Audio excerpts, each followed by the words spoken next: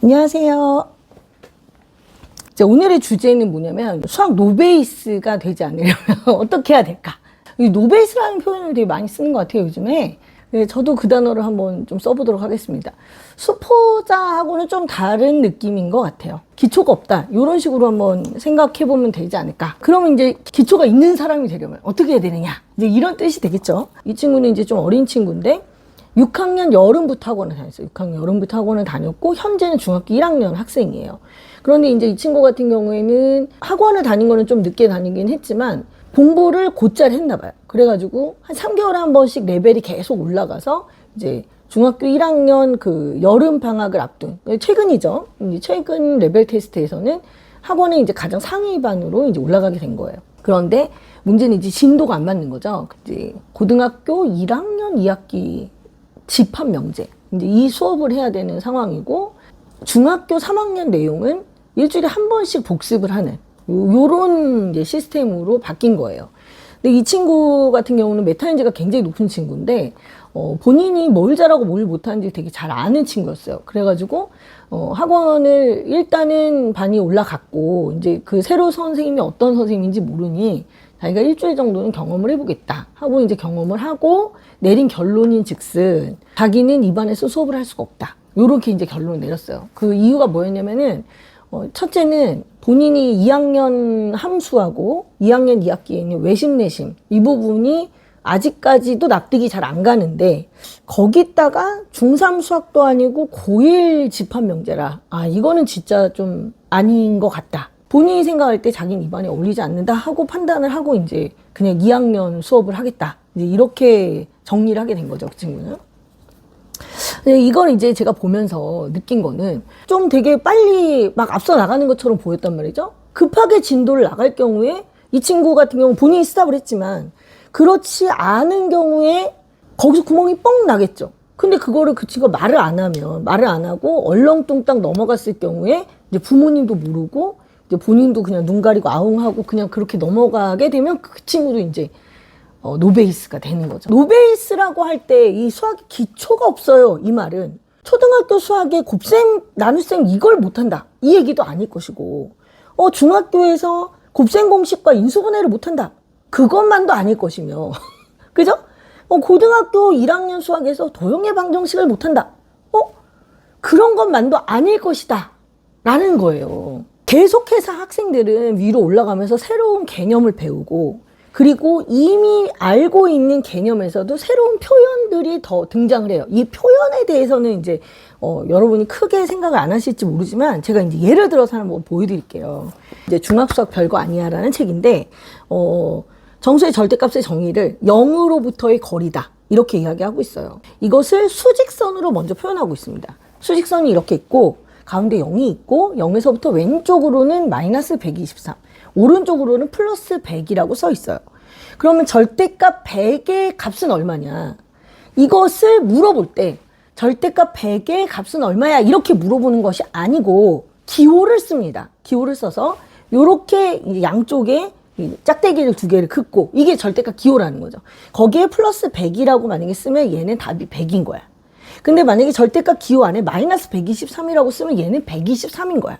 이것의 의미는 0에서부터 얼마만큼 떨어져 있는지를 쓰는 거예요. 네. 그 절대값의 개념과 그것을 표현하는 기호를 같이 배운 거죠. 이제 중학교 1학년 거에서. 네. 이제 그렇게 배우는데 이게 끝이 아니고 한 걸음 더 나아간 표현은 어떤 표현이 있느냐면 이제 이 다른 책인데 이건 고등 영학년 수학이라는 책이에요. 자, 여기서는 어떻게 나타내고 있냐면 수직선도 똑같이 있어요. 수직선도 있는데 절대값 x에 대한 얘기가 나옵니다. 절대값 x. 네. 아까는 어떤 숫자였잖아요. 일정한 수, 마이너스 123, 플러스 100 이런 일정한 수였는데 이번에는 x라고 하는 어떤 문자를 쓴 거예요. 거기다 이제 절대값을 씌운 거죠. 그럼 얘 같은 경우에 이 x가 될 수 있는 경우는 0도 가능할 수 있고 양수일 수도 있고 음수일 수도 있잖아요. 그죠? 그럼 이렇게 여러 가지 경우가 나올 때 얘를 어떻게 답을 낼 것이냐, 답을 쓸 것이냐. 자, 여기서는 이렇게 하고 있습니다. 절대값 x는 이렇게 집합 긴 표시를 하고 있어요. x라고 나올 수도 있고 마이너스 x라고 나올 수도 있다. 근데 x라고 나올 때는 0보다 크거나 같을 때, 마이너스 x라고 나올 때는 0보다 작을 때라고 이야기를 하고 있어요. 근데 그걸 기호로 쓰면 간단하게 이렇게 쓰는 거죠. 기호로 쓰면 이렇게 간단하게 나타내는 건데, 우리가 이 기호를 보고 어떻게 생각을 하는 거예요? 아, 절대값 x는 x의 부호가 뭐냐에 따라서 그냥 나오거나 아니면 마이너스를 달고 나올 수 있구나. 만약에 x가 플러스 100 같은 수라면 걔는 0보다 크거나 같으니까 그냥 100이라고 나오면 되는데, 마이너스 123이라고 하면 마이너스를 떼고, 부호를 뗀다는 건 그 앞에 마이너스를 붙인다는 얘기죠. 그래서 마이너스를 떼고 123으로 나오면 된다는 얘기구나 라는 게, 이거를 보는 순간 거기까지 다 떠올라야 되는 거야. 근데 여기서 달라지지 않은 건 하나가 있어요. 절대값의 개념은 변하지 않았죠. 중학교 1학년 처음 들어갔을 때 절대값의 개념이 뭐예요? 0에서부터의 거리잖아요. 그죠?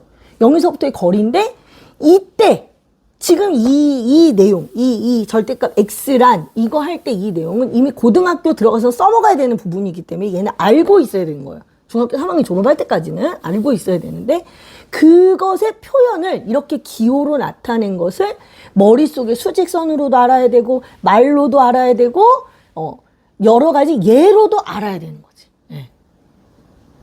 이렇게 표현이 달라지면 알아야 되는 것도 되게 많은 거야. 그러면은 기존의 것을 얘가 그 어떤 수직선도 잘 몰라, 개념도 잘 몰라, 뭐 그것에 대한 예도 제대로 모르는 상태에서 이걸 받아들이게 되면 그냥 외우는 수밖에 없는 거예요.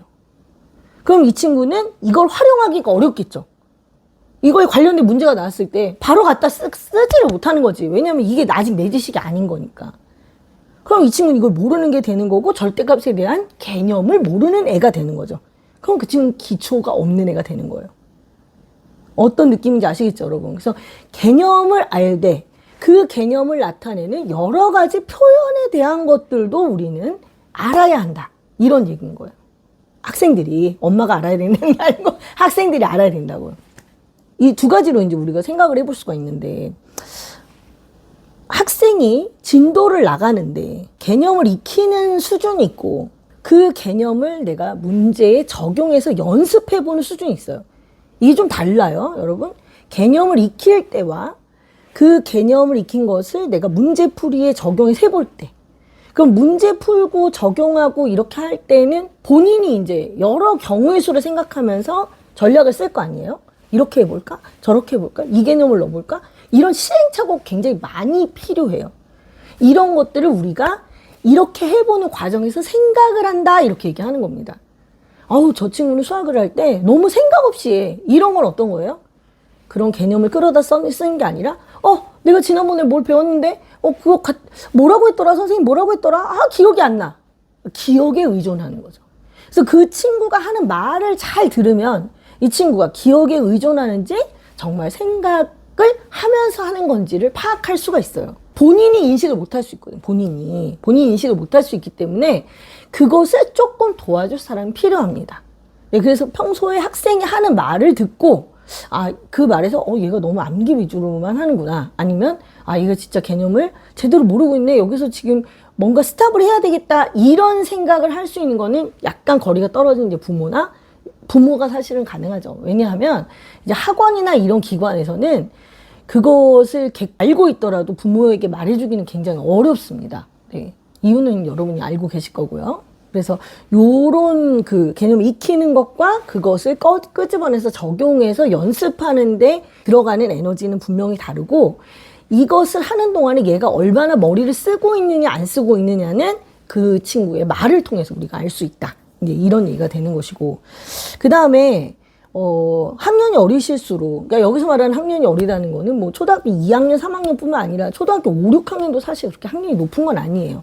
그냥 내 옆에서, 내 주위에서 누군가가 5학년인데 정석을 해. 또는 5학년인데 중3 거를 해. 너무 거기에 자극받지 마시고, 지금 이 친구가 하고 있는 거, 그러니까 그 친구가 5학년인데 5학년 걸 하고 있어. 아니면 6학년 걸 하고 있을 수도 있고, 중학교 1학년 걸 하고 있을 수도 있겠죠. 그런데 그 배우는 과정에서 할 수 있는 다양한 표현들이 제시가 될 거예요. 수직선이나 표나 또는 그래프나 이런 것들은 이제 이미지잖아요. 그림이잖아요. 이게 내 머릿속에도 그려지고 내가 손으로도 직접 그릴 수 있으면 굉장히 좋은 거예요. 그리고 그것을 이제 식으로라는 건 아까 그 기호로 나타낸 걸 우리가 보통 식으로 나타냈다. 이렇게 얘기를 합니다. 그래서 이 친구가 그림과 식 모든 게 자유자재로 되려면 그런 다양한 표현들을 익혀야 되겠죠. 그러려면 진도를 너무 빨리 나가면 힘든 거예요. 진도를 조금 나가고 또 그것을 그 똑같은 진도의 부분을 다양한 표현으로 익힐 수 있는 그런 시간들이 필요하거든요, 여러분. 그래서 저는 지나치게 빠른 속도로 선행을 나가는 것은 옳지 않다고 봐요. 그거 한 번 했다고 해서 얘가 다 하는 게 아니거든요. 그거를 책으로도 한번 봐서 한글 개념으로 얘가 접했을 때도 알고 있는지, 그것도 봐야 되고. 아니면 뭐 유튜브나 동영상 같은 걸 보면서 다른 사람의 설명을 듣고도 얘가 그걸 아는지도 보는 거고. 아니, 학원에 가서 문제를 실제로 풀어보면서도 그것을 적용하는지도 보고. 여러 가지를, 만약에 학원 안 다녀도 상관없겠죠. 집에서 문제를 풀어봐도 마찬가지예요. 이게 본인 스스로의 메타인지가 아직 발달이 덜 돼 있기 때문에 옆에서 살짝 그걸 도와줘야 되는데, 너는 이걸 안 해, 모르네, 이런 얘기 하면 좀 이제 피곤하잖아요. 그죠? 그러니까 그걸 스스로가 그런 질문을 떠올릴 수 있는 형태의 어떤 질문들을 자주 해주셔야 돼요. 예를 들자면 학원이나 뭐 학교에서나 무슨 시험 봤어. 근데 오늘 틀린 문제 중에서 혹시 네가 뭐 실수했다는 거 빼고 잘 이해가 안 갔거나 어떻게 내가 이런 걸 모르지? 이런 것들이 혹시 있었니? 라든가 아니면 네가 푼 문제들 중에서 평소에 내가 자주 틀리는 단원이 어떤 단원인지 혹시 알고 있니? 라던가 아니면 지금 네가 배우는 학년과 단원을 알고 있니? 이 질문은 뭐 때문이냐면 요즘 이제 학원 시스템들을 제가 자세히 보니까 뭐 예를 들어 주 3일을 수업을 한다 그러면 계속 선행만 하는 게 아니라 선행과 현행이 이렇게 섞여 있는 것 같더라고요, 보니까. 그래서 만약에 이 친구가 5학년이야. 그럼 5학년 거 심화를 하면서 뭐 6학년 걸 하든지 아니면 중학교 걸 하든지 뭐 이런 식으로 이제 자기 반 레벨에 따라서 이게 좀 달라지겠죠. 그렇게 선행과 현행을 이게 번갈아 가면서 하는 것 같은데, 그럼 이 친구 오늘 가서 화요일인데 가서 공부를 하고 왔어. 그럼 그 내용 안에 중학교 걸 했는지 아니면 자기 학년 거를 어떤 심화 문제를 풀었는지 뭐 이런 거에 대한 정도는 이 친구 알고 있어야 되는 거죠. 그리고 적어도 지금 현재 내가 배우는 단원 정도는 얘가 체크가 돼야 되는 거고, 오늘 과제에서 알았던 거 몰랐던 거 정도는 얘가 체크가 돼야 되는 거예요. 그런데 이거를 본인이 스스로가 계속 체크를 하면 좋죠. 걔 메타인지가 굉장히 높은 친구예요, 그런 친구는. 근데 그런 친구들이 사실 그렇게 흔치는 않습니다.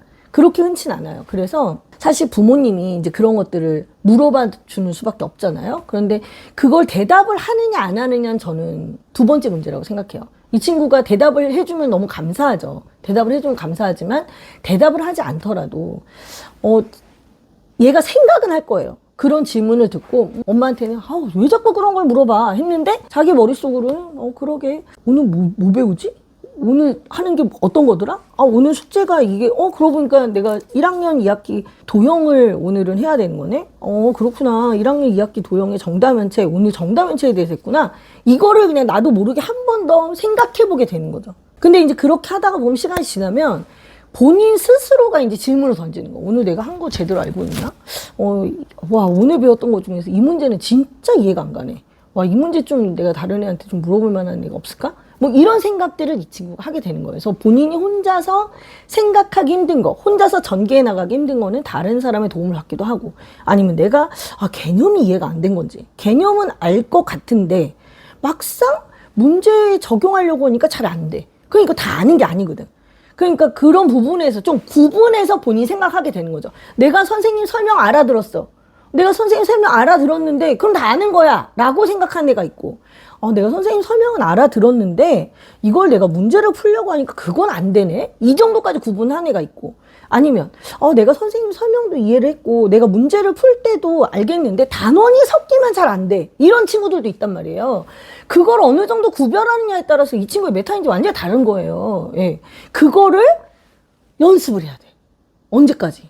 고2가 될 때까지는 그걸 계속 연습을 해야 되는 거예요. 수학의 노베이스가 되지 않는다는 거는 생각보다 쉽지 않은 미션이에요. 쉽지 않은 미션이에요. 결국에는 내가 계속 정신을 차려야 돼. 내가 계속 내 학습과 그 나의 상태에 대해서 인지를 계속 하지 않는 한 그 친구는 언제나 노베이스가 될 수 있는 확률이 있다는 거죠. 그러면 절대 거기 빠지지 않고 갈 수는 없잖아요. 누군가는 거기 빠질 수 있잖아. 그럼 또 어떻게 하면 돼? 또 빠져나와서 헤어나오면 되는 거예요. 근데 그것도 좀 연습을 하던 애들이 되는 거죠. 어느 날 갑자기 매 한 번 떨어지도 않는 애가 갑자기 그거 하려면 그게 쉽지 않거든요. 자생해서 올라가는 그런 연습을 하기 위해서는 아까도 말씀드렸다시피 빨리 높게 막 올라가기보다는 좀 점이듯이 개념을 공부하고 다양한 표현, 그림으로 또 식으로 말로, 귀로, 뭐 이런 여러 가지 것들을 노출을 시켜서 비슷한 단계의 것들을 자주 하는 것이 얘한테 훨씬 더 큰 도움이 된다. 똑같은 내용을 책에서도 보고, 똑같은 내용을 소설로도 보고, 아니 요즘 수학 소설도 되게 많으니까요. 그 똑같은 내용을 유튜브에서도 보고, 그 똑같은 내용을 학교에서도 듣고, 그러면 이 친구가 점점점 같은 내용인데 이렇게 다르게 말할 수 있는 거구나 라는 걸 이제 더 많이 인지를 하게 되겠죠. 그렇게 되면 본인의 상태를 파악하는 것도 훨씬 쉬운 거예요. 그 본인의 상태를 파악한다는 게 결국엔 메타 인지를 높이는 거죠. 예. 이 두 가지가 제가 볼 때 굉장히 중요하다고 생각을 하고, 아까도 말씀드렸다시피 이 메타 인지를 높이기 위해서는 적어도 2-3달에 한 번씩은 이제 애를 점검을 하셔야 돼요. 아까 그 점검한 질문 말씀드렸죠. 지금 현재 배우고 있는 단원이 어디냐. 매일매일 그렇게 못하니까 매일매일 그렇게 하면 애가 숨 막힐 거 아니야. 적어도 레벨이 올라가기 전이라던가 새로 반이 바뀌었다던가 그게 2-3달에 한 번씩은 일어나는 것 같아요. 보니까 어떻게 적응을 하고 있는지, 어떤 계산을 가지고 이제 앞으로 한 2-3달을 또 살려고 하는지, 그런 것에 대한 그 공유를 서로 하시면서 얘가 스스로 이제 본인이 스스로 깨닫게 되겠죠. 이야기를 하다가 보면. 내가 꼭 어떤 얘기를 해줘서가 아니고 본인이 엄마의 질문을 통해서 조금씩 생각해 보니까 그러고 보니까 내가 1학년 함수가 생각보다 잘 안 되네. 이 부분은 복습이 좀 필요한데 속으로 생각은 하겠지만 겉으로 말을 안 하겠죠. 네. 그런 작업들이 굉장히 중요하다는 거를 말씀을 드리고 싶었어요. 그래서 그 노베이스가 될 수 있는 확률은 늘 언제나 어디서나 존재하고 하기 때문에 그 정신을 차리는 존재, 그게 본인이 되어야 되고, 그게 당장 어렵기 때문에 옆에서 그 정신을 차릴 수 있는 질문을 한번 이렇게 이렇게 던져서 걔가 정신 차리기 위해서는 내 스스로에게 어떤 질문을 던져야 되는구나, 이런 생각을 좀 할 수 있게 그렇게 도와주시면 좋을 것 같습니다. 오늘 영상은 여기서 마무리하도록 하겠습니다. 안녕히 계세요.